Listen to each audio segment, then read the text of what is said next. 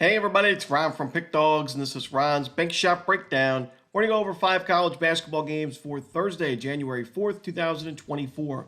Now, if you like what you see, make sure to give this video a big thumbs up and subscribe to our channel. Don't forget to put your college basketball picks in the comments section below. And if you're looking for my best bets, you can find those at the premium picks tab at pickdawgz.com. I got my Bank Shot best bet in college hoops as well as other plays. There's also a link in the description.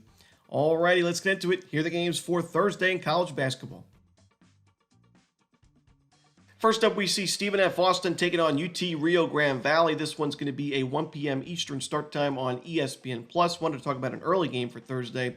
And in this matchup, Stephen F. Austin, a very efficient defense. They're 47th in the country in adjusted defensive efficiency, but at times we can see them give up a good amount of points because of the pace of play that they play at. They're 97th in average possession length offensively, 22nd on the defensive side, so 35th in adjusted tempo. They're a very fast-paced team. They're a very aggressive defensive team. They force a ton of turnovers, 7th in the country in turnover percentage defensively, but because of that aggressiveness, sometimes and oftentimes they take a lot of fouls and they give up a lot of free throws to their opponents.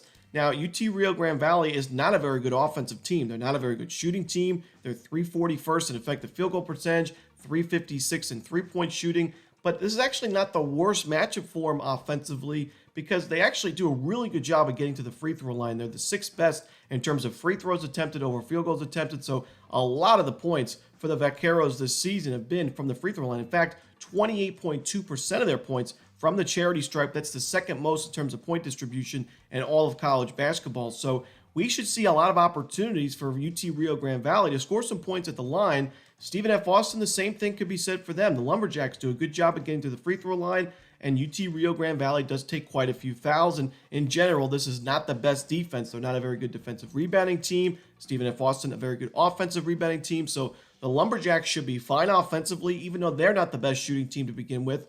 But I expect a lot of free throws from both of these teams, a lot of opportunities where the clock is stopping, and both of these teams get opportunities at the charity stripe. That's really good for overs usually.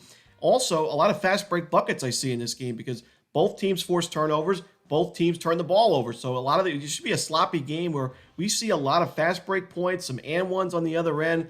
And we see last year's matchups between these two teams. The first meeting wasn't the highest scoring game. It was 83-66, which, still a good amount of points in that one. But the second game was 82-72. I think we see a high scoring game here. Give me the over in Stephen F. Austin, UT Rio Grande Valley.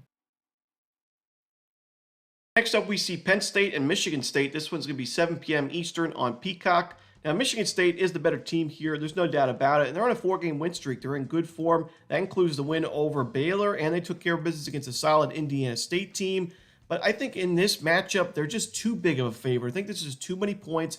Penn State is still a team I'm not ready to give up on. Shot quality-wise, this team is decent. They force a lot of turnovers. They take care of the basketball themselves. They do a solid job of getting to the free throw line, and they make their free throws at a pretty good rate. They've won 3 of their last 4 games. That includes a win over Ohio State, solid team in the conference, and they're 1-1 now in conference play. Their true road game in conference play against Maryland, they went to overtime. So that's a solid Maryland team, and Penn State was competitive in that ball game. I think they'll be competitive in this one. I think, Michigan State still wins the game, but too many points, like I said. So give me the points with the Nittany Lions on the road. Next up, we'll go to the Pac-12 as Oregon takes on Washington. This one's going to be 9 p.m. Eastern on the Pac-12 network. I don't love this spot for Oregon. While they're playing well, the Ducks are playing well. They're 10-3 this season, 2-0 in conference play. Their first 2 wins in the conference were against teams going through rebuilding years, younger teams in USC and UCLA, and those are both at home. Oregon has just not really been tested on the road. We saw them play 1 true road game in non-conference play. That was against Florida A&M. It really wasn't the toughest place to play. There wasn't really a huge home court advantage, and Oregon failed to cover the number in that game. They only won that game by 13 points. And the neutral site games that Oregon played, yes, they have the win over Georgia, but they lost to Santa Clara. They lost to Syracuse. Those are not great losses for a team like Oregon. And then they lost to Alabama by 8 points, but they gave up 99 in that game. Washington's not an easy place to play. The Huskies already have that nice upset win over Gonzaga at home this season. And sure, Washington's lost its first 2 games in conference play, but both of those games were on the road against really tough teams in Colorado and Utah. And that Utah game, both those games were honestly really competitive down the stretch. And I think Washington is a good spot for them for a bounce back. I don't love Oregon on the road here, so give me Washington. I'm going to lay the points. Next up, we see Colorado and Arizona, also in the Pac-12. This one's going to be 9:30 Eastern. This game's going to be on ESPN. I think there's a good spot for Arizona to bounce back. It was a tough upset loss at Stanford. We took Stanford plus the points in that game. It was a blowout, 100-82, but it was also a game where Stanford had probably its best three-point shooting night of the season. I mean, 16-25 at 64% from three. I doubt we see the Cardinals do anything like that for the rest of the year. It was an unfortunate spot for Arizona, who also themselves shot poorly in that game. 7 of 26 from the perimeter. That's 27%. We know Arizona a much better shooting team than that. Going forward, Arizona should be fine offensively, should be a lot better defensively. I mean, this team, they gave up those 100 points, but overall this season, they're top 10 in adjusted defensive efficiency. They're a very good defensive rebounding team. They're disciplined. They don't take too many fouls.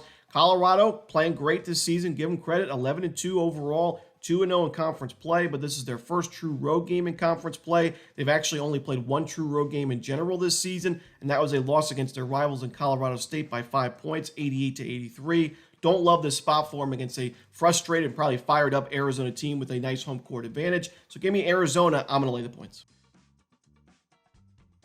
And the final game we're to talk about for Thursday's card in college basketball, it's going to be St. Mary's and San Diego. This one's going to be 11 p.m. Eastern. It's going to be on the CBS Sports Network. I don't love the San Diego team. They have a solid record, 10-5 overall this season, but now they play conference play against one of the better teams in the West Coast Conference in St. Mary's. And you can make the argument St. Mary's is playing its best basketball we've seen in a while. Yes, they lost to Missouri State not too long ago, but they followed that up with a 20-point win over a very solid mid-major school in Kent State. I think Kent State one of the favorites in the MAC this year. And for St. Mary's to hold that team to 46 points and win that game by 20, really impressive stuff there. And before that, they were on a 5-game win streak before that Missouri State loss. That included wins over Colorado State and UNLV. St. Mary's defensively a very, very strong program, not just this season. This is usually a team in the top 20 in adjusted defensive efficiency year after year. They're a great rebounding team on both ends of the court. That could be a problem for San Diego. And St. Mary's also starting to get some better shooting numbers. The offense starting to score some more points, even though this is still, at the end of the day, a very defense-first team and program. I like St. Mary's in this game. I think there's a mismatch on paper. Give me St. Mary's, the Gales. I'll lay the points. And that's it. Those are the games for Thursday in college hoops. Hope you enjoyed this video. If you did, don't forget to hit that like button and subscribe. And don't forget to put your college basketball picks in the comments section below.